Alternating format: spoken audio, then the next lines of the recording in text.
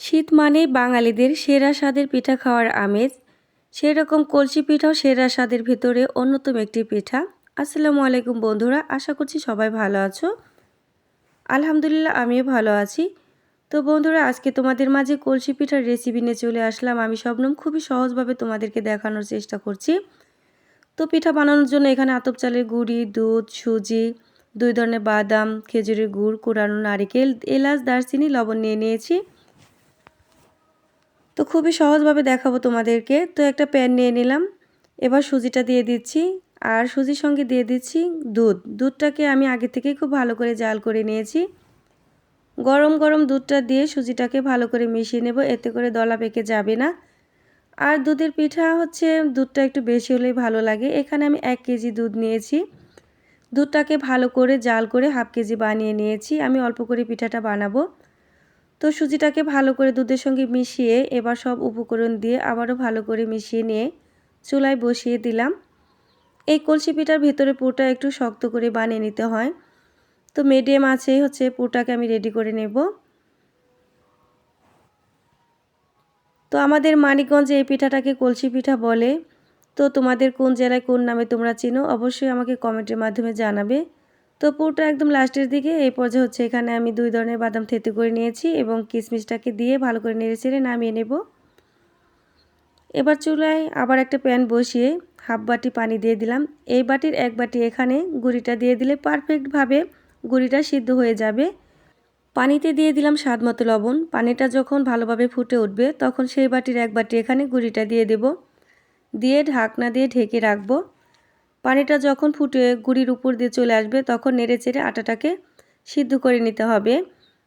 যারা একেবারে নতুন আছো সেই সকল ভাই বলো বোন বলো খুব ইজিভাবে পিঠাটা বানাতে পারবে যদি এই ভিডিওটি ফলো করো। তো ভালো করে সিদ্ধ করে নিয়ে গরম গরম অবস্থায় আটাটাকে মথে নিতে হবে। আটাটা যতটা সফট করে মেখে নেবে ততটাই হচ্ছে পিঠা বানাতে সুবিধা হবে। তো কিছুটা আটা হচ্ছে আমি ফুড কালার ব্যবহার করব, গ্রিন কালারের। তোমরা চাইলে কালারটা স্কিপ করতে পারো, এটাতে কোনো স্বাদ বাড়াবে না, জাস্ট পিঠা একটু ডিজাইন করার জন্য আমি কালারটা করে নিয়েছি। এবার ডো থেকে অল্প অল্প ডো নিয়ে নেব। এই পিঠাটা অবশ্যই একটু বড় করে বানিয়ে নিতে হয়। তো হাতের তালুতে নিয়ে সুন্দর করে গোল করে একটা বল বানিয়ে নিলাম। এবার হচ্ছে হাতের আঙ্গুলে একটু আটা মেখে নিয়ে বাটি বানিয়ে নিতে হবে। তো কিভাবে বানিয়ে নিচ্ছি দেখে বুঝতে পারছো। খুবই সহজভাবে এই পিঠাটা তৈরি করা যায়, খেতেও দুর্দান্ত হয়।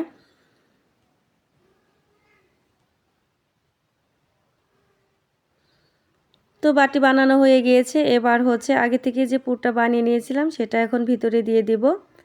দিয়ে হাতের আঙ্গুল দিয়ে ছেদ করে নেব। তারপরে হচ্ছে 2 পাশ থেকে চেপে চেপে পিঠার মুখটাকে আটকে নিতে হবে। ভিডিওটি দেখতে দেখতে যে সকল বন্ধুরা এতদূর চলে এসেছো, একটা লাইক করতে ভুলে গিয়েছো, একটা লাইক করে দিও। নতুন যে সকল ভাইয়াপুরা ভিডিওটি দেখছো, যদি ভিডিও একটু হলেও ভালো লেগে থাকে তাহলে চ্যানেলটাকে ভালোবেসে সাবস্ক্রাইব করে নেবে এবং পাশে থাকা বেল বাটনটি অন করে নেবে। আমি যখনই নতুন নতুন ভিডিও আপলোড করব তোমাদের কাছে যেন নোটিফিকেশনটা পৌঁছে যায়। তো এবার হচ্ছে যে ফুড কালার নিয়েছিলাম সেখান থেকে একটু ডো নিয়ে লম্বা করে হচ্ছে একটা লেচি বানিয়ে পিঠার যে মুখটা আছে সেখানে দিয়ে চেপে চেপে সেট করে নিতে হবে।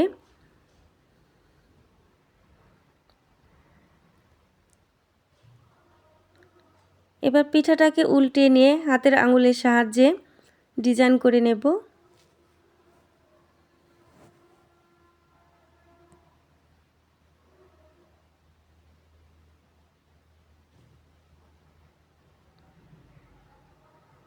তো একটা পিঠা আমার বানানো হয়ে গিয়েছে।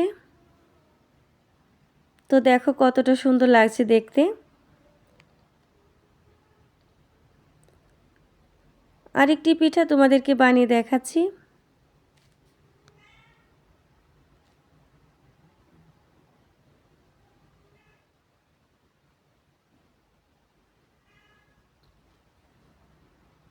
ধন্যবাদ জানাচ্ছি আমি আমার সেই সকল বন্ধুদেরকে যারা প্রতিনিয়ত আমাকে ভালোবাসা দিয়ে এগিয়ে যেতে সাহায্য করছো।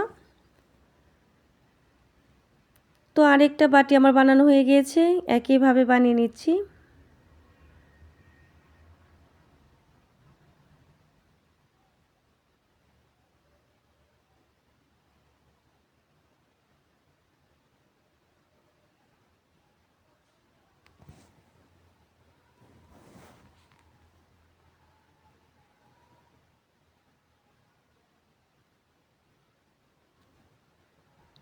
সব সময় চেষ্টা করে যাচ্ছি বন্ধুদের মাঝে নতুন নতুন ভিডিও উপহার দেওয়ার জন্য। জানি না আমার ভিডিওগুলো তোমাদের কার কাছে কেমন লাগে। তো আমার ভিডিওর মাঝে ভয়েসের মাঝে কোথাও যদি ভুল হয়ে থাকে সবাই আমাকে ক্ষমার দৃষ্টিতে দেখবে।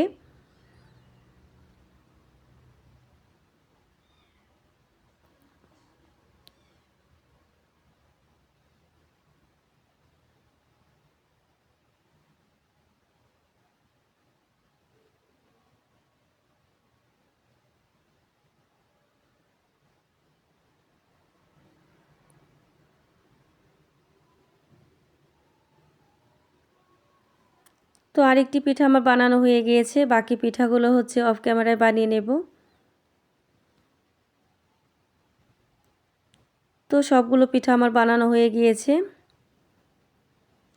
এবার পিঠাগুলোকে ভাপিয়ে নিতে হবে।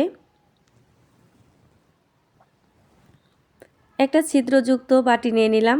এবার একটু তেল ব্রাশ করে নেব, এতে করে পিঠাটা যখন আমি ভাপিয়ে নেব ওঠানোর সময় নিচ থেকে লেগে যাবে না। তো পিঠা ভাপিয়ে নেওয়ার জন্য চুলায় আমি আগে থেকে পানি বসিয়ে দিয়েছি, পানিটা খুব ভালোভাবে ফুটে উঠেছে। এবার পিঠার বাটিটা দিয়ে ঢাকনা দিয়ে ঢেকে রাখবো। ঢাকনায় একটা ছিদ্র আছে, সেটা হচ্ছে আটকে নিতে হবে। খুব বেশি সময় লাগে না পিঠাটা হতে, 2 থেকে 3 মিনিটের ভিতরেই পিঠাটা রেডি হয়ে যায়। তো এক শেপ পিঠা হয়ে গিয়েছে, বাকি পিঠাগুলো একইভাবে হচ্ছে ভাপিয়ে নেব। আবারও বলছি বন্ধুরা, কেউ যদি ভিডিওটি দেখতে দেখতে এতদূর এসেও একটা লাইক দিতে ভুলে যেয়ে থাকো, অবশ্যই লাইকটা করে দেবে। তোমাদের একটা লাইক আরেকটা বন্ধুর কাছে পৌঁছে দেবে আমার এই ভিডিওটি। আর ভিডিওটি যদি অনেক বেশি ভালো লেগে থাকে তাহলে অবশ্যই প্রিয়জনের কাছে শেয়ার করে দিতে পারো।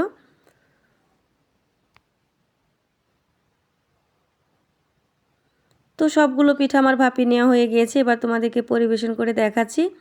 তো দেখো বন্ধুরা কতটা লোভনীয় লাগছে, খেতেও মাশাআল্লাহ দারুণ ছিল। আর ফুড কালারটা দিয়েছি সেটা কিন্তু একদমই চেঞ্জ হয়নি।